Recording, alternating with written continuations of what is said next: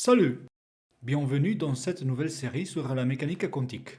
Aujourd'hui, nous allons parler de la téléportation et de l'intrication quantique et des ordinateurs quantiques. Et le terme quantique fait référence au fait que dans le monde microscopique des atomes, des particules élémentaires, il existe des lois qui sont différentes du monde macroscopique, ce que nous voyons de nos propres yeux. Ce sont les lois de la mécanique quantique. Et dans cette série d'épisodes, nous allons découvrir toutes ces lois fascinantes et essayer de les appliquer, dans la mesure du possible, à des cas macroscopiques également. Aujourd'hui, nous allons répondre aux questions suivantes. Pourquoi la téléportation quantique utilise-t-elle l'intrication quantique? Et pourquoi la téléportation quantique ne dépasse pas la vitesse de la lumière? Qu'est-ce que l'intrication quantique? Comment fonctionne la téléportation quantique? Et quel est le but de la téléportation quantique? Pourquoi est-ce utile? Nous répondrons à ces questions et à bien d'autres en cours de route.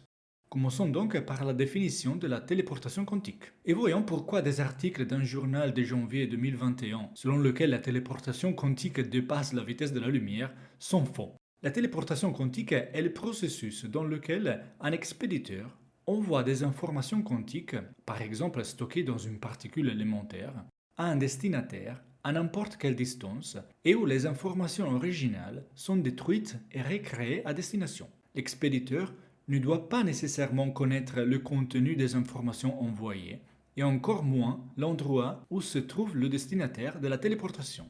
La téléportation nécessite deux canaux de communication entre l'expéditeur et le récepteur, un canal quantique et un canal classique. Le canal classique communique à des vitesses subluminales ou luminales. Par exemple, le canal classique envoie le message par email ou par onde radio. Elle ne peut donc pas dépasser la vitesse de la lumière. Quel est le but de la téléportation de particules quantiques? C'est là qu'intervient le concept fondamental et très important d'information. Ce qui nous intéresse est la distinction entre l'information classique et l'information quantique.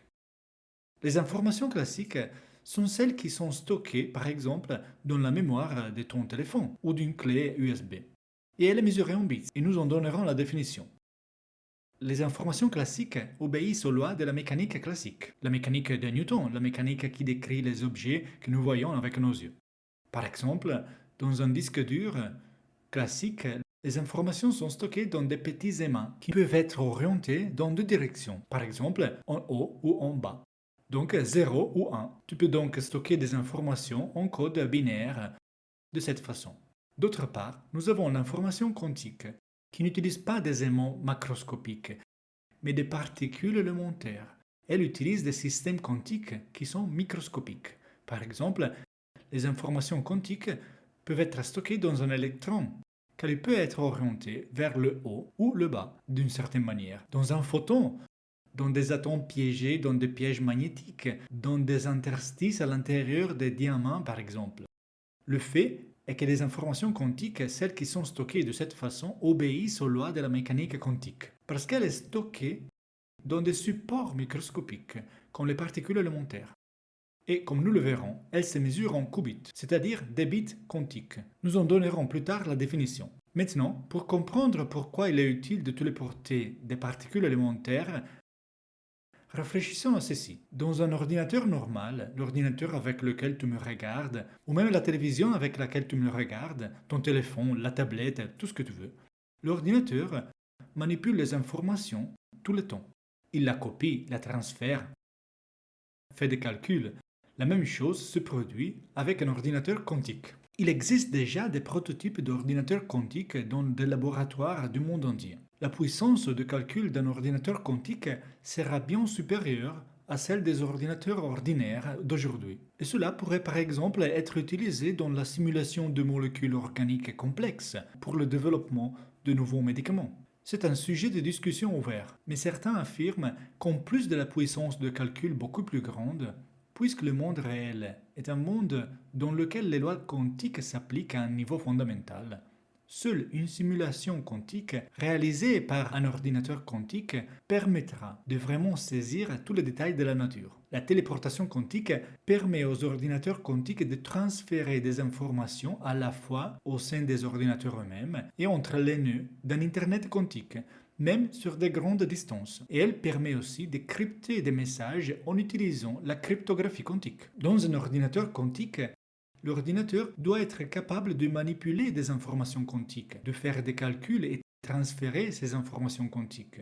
Ainsi, de la nécessité de transférer des informations quantiques dans un ordinateur qui exploite, qui est basé sur des informations quantiques stockées dans des particules élémentaires, dans des systèmes microscopiques quantiques, naît la nécessité de la téléportation quantique, qui est une méthode pour transférer des informations quantiques d'un endroit à un autre. Voici quelques jalons de la téléportation quantique. En 1993, le premier article décrivant le fonctionnement de la téléportation quantique a été publié. Et déjà en 1997 et 1998, les deux premières expériences dans lesquelles la téléportation quantique a été réalisée ont été publiées. Il y a eu de nombreuses expériences depuis lors. Voici trois importantes. En 2012, téléportation quantique à une distance de 100 km d'un côté à l'autre d'un lac en Chine. Et aussi en 2012, téléportation quantique à une distance de 143 km entre deux îles des Canaries. Et en 2017, la première téléportation quantique a été réalisée depuis un satellite en orbite autour de la Terre à une distance de 1203 km. Nous nous heurtons immédiatement à la première des lois de la mécanique quantique. On l'appelle le problème de la mesure. Qu'est-ce que cela signifie? Que si un ordinateur quantique voulait transférer l'information quantique d'un qubit, en lisant le qubit, en clonant l'information et en la transférant à un autre endroit, ce ne serait pas possible parce que, en lisant les informations d'un qubit, d'une unité minimale d'information quantique, les informations contenues à l'origine deviendraient irrécupérables. Nous n'aurions plus accès aux informations qui se trouvaient dans le qubit. Donc, il faut transférer des informations quantiques sans connaître le contenu de ces informations. Sans connaître le contenu d'un qubit, un ordinateur quantique doit être capable de transférer ce qubit à un autre endroit. Et la téléportation quantique permet de faire exactement cela. Transférer des informations quantiques, même à de très grandes distances, sans connaître le contenu de ces informations quantiques. La téléportation quantique a aussi d'autres applications. Par exemple, elle rend possible la cryptographie quantique. Nous en parlerons dans un instant. Utilisons une analogie pour comprendre ce que sont exactement un bit et un qubit et les différences les plus importantes entre eux. Nous serons alors prêts à comprendre comment fonctionne la téléportation quantique. Imagine que deux amis jouent au jeu Qui est qui en ligne. Si tu ne connais pas ce jeu, je te l'explique rapidement. Chaque joueur choisit un des nombreux personnages disponibles et l'autre doit deviner en posant des questions pour comprendre qui il est. Le gagnant est celui qui trouve le premier les personnages de l'autre. Mais seules des questions avec une réponse de type oui-non peuvent être posées. Par exemple, est-ce qu'il a des lunettes? L'autre personne répond par oui ou par non. Imagine cependant qu'il joue avec seulement deux personnages, Claire et Max. Le premier joueur choisit l'un des deux personnages. Nous sommes de l'autre côté de l'appel vidéo et nous devons deviner. Cela pourrait être Claire ou Max, mais nous ne savons pas. Nous ignorons cette information. Comment pourrions-nous trouver cette info? En posant une question. Une seule suffira. Par exemple, est-ce qu'il a des lunettes? C'est une question dont la réponse est simplement oui ou non. L'autre personne répond, c'est-à-dire qu'elle nous envoie un signal audio par Internet et nous avons donc maintenant l'info. Notre jeu Qui est qui, avec seulement deux personnages, est l'analogue d'une mémoire d'ordinateur qui est composée de nombreuses unités magnétiques. Chacune d'elles peut avoir deux valeurs de dipôle magnétique possibles, vers le haut ou vers le bas, ou si tu préfères, 0 ou 1. Lorsque nous copions un fichier de l'ordinateur vers une clé USB par exemple, l'ordinateur interroge la mémoire et demande pour chaque aimant. Est-ce une 0? Oui, non. Supposons que la réponse soit égale à 0. L'ordinateur écrit ensuite 0 sur une unité magnétique de la clé USB. Puis il interroge l'unité magnétique de mémoire suivante et ainsi de suite. Donc l'information classique peut être copiée autant de fois que l'on veut. Et maintenant, nous sommes prêts à comprendre ce qu'est un bit d'information. Les informations que je peux obtenir d'une réponse de type oui, non.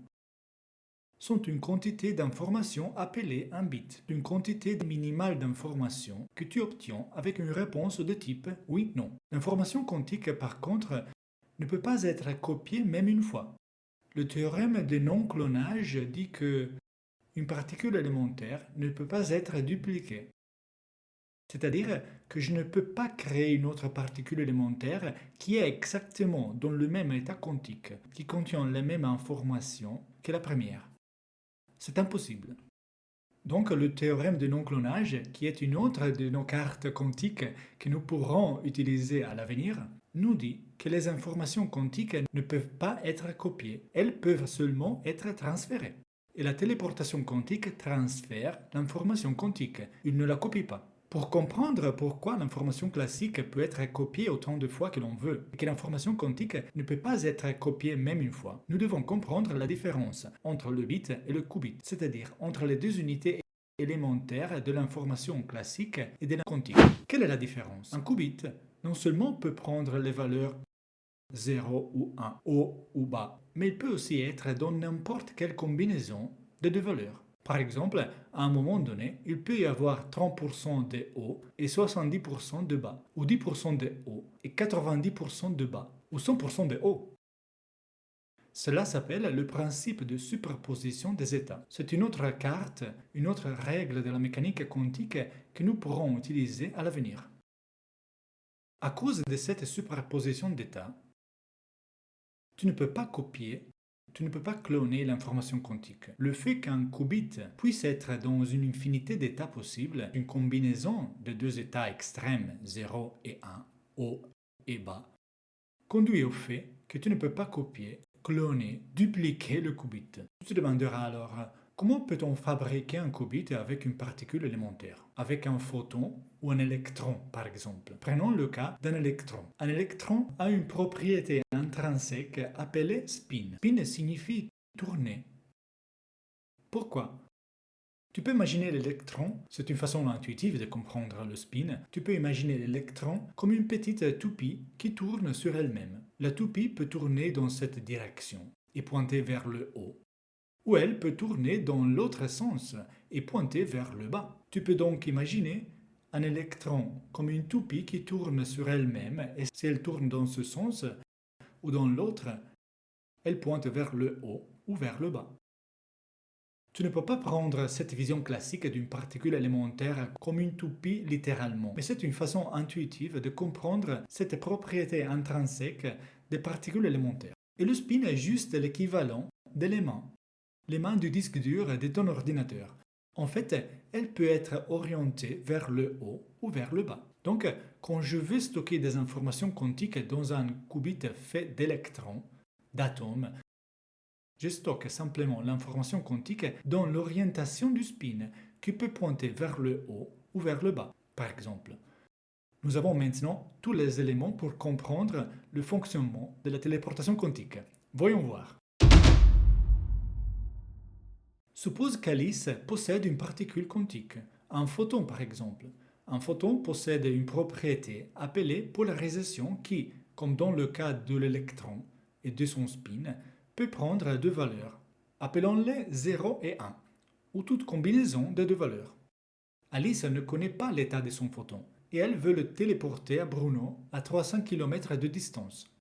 Alice connaît très bien la mécanique quantique, et sait que pour téléporter l'information quantique, elle devra envoyer les informations à Bruno sur deux canaux. Un canal classique, par exemple avec une fibre optique, ou un signal radio, ou un appel téléphonique, et un canal quantique. Elle prépare d'abord le canal quantique en préparant deux particules en intrication quantique. Qu'est-ce que ça veut dire? Elle prépare par exemple deux autres photons de lumière et les fait interagir entre eux pour qu'ils forment un seul état. Maintenant, les deux photons sont enchevêtrés, entrelacés, parce que si je lis l'état du premier photon, je connais déjà le résultat de l'expérience de lecture si je lis aussi le deuxième photon. Par exemple, selon la façon dont je prépare les deux photons, si le premier photon à l'état 0, alors le second sera à l'état 1 et vice-versa. En soi, c'est déjà très étrange, mais le fait est qu'il a été vérifié expérimentalement que même si j'éloigne ces particules les unes des autres, cette connexion quantique intime demeure. Attention, cela ne contredit pas la limite de la vitesse de la lumière. Nous parlerons longuement de l'intrication quantique dans 2 autres vidéos.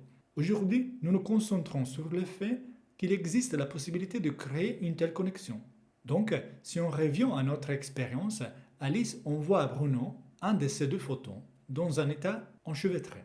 Le record de téléportation correspond à celui d'une expérience qui a envoyé un des 2 photons intriqués d'un satellite en orbite autour de la Terre à la surface de la Terre à une distance de 1203 km. Cela a montré que c'est possible et que les 2 particules continuent, même à de si grandes distances, à être dans un état d'intrication, à être intimement mêlées. Bien, Alice a donc maintenant envoyé l'un des 2 photons intriqués à Bruno, ce qui ouvre le canal quantique de communication. Alice prépare ensuite le 2e canal, le canal classique. Tout d'abord, elle fait interagir la particule à téléporter avec sa particule enchevêtrée. Le résultat est qu'un enchevêtrement entre les deux est créé. Et comme la 2e et la 3e particule étaient déjà entrelacées, un enchevêtrement à 3, un ménage à 3. Par conséquent, grâce à l'intrication quantique entre les 3 particules, si Alice lit maintenant l'état des 2 premières, elle saura automatiquement quelle est la différence entre celle de Bruno et la particule originale qu'Alice voulait téléporter. En d'autres termes, Alice peut dire à Bruno comment manipuler son photon, sa particule, pour la transformer exactement en la particule originale, avec son contenu d'information quantique originale. C'est donc ce que fait Alice. Elle lit les infos des 2 premières particules. Puis elle envoie à Bruno un message sur le canal classique dans lequel elle lui annonce le résultat de sa lecture. Sur ce canal classique, le signal voyage à des vitesses subluminales, ou tout au plus à la vitesse de la lumière, si le signal est envoyé par des ondes radio par exemple. Bruno a maintenant tout ce dont il a besoin pour manipuler son photon, sa particule, et la transformer en la particule originale qu'Alice voulait téléporter. Manipuler signifie par exemple manipuler des atomes ou des électrons avec des aimants, ou faire passer le photon de lumière à travers des filtres spéciaux. Voyons maintenant quels sont les points communs et les différences entre la téléportation de Star Trek et la téléportation quantique des particules élémentaires. Commençons par les points communs. Tout d'abord, l'information quantique originale dans la téléportation quantique est perdue. Cela se produit également dans Star Trek. Une personne est téléportée depuis un vaisseau spatial vers une planète et la personne initiale disparaît et se réassemble sur la planète. Un autre point commun est que la téléportation de Star Trek et celle des particules élémentaires peuvent se produire à n'importe quelle distance. Précisément parce que les particules dans un état d'intrication quantique qui sont utilisées dans la téléportation quantique peuvent être envoyées à n'importe quelle distance et continueront à être dans un état d'intrication quantique. C'est-à-dire que le canal quantique peut être ouvert à n'importe quelle distance. Et cela arrive aussi dans Star Trek. Il se téléporte de planète en vaisseau, de vaisseau en vaisseau, il n'y a aucun problème. Mais voici quelques points sur lesquels la téléportation de Star Trek et la téléportation de particules élémentaires diffèrent.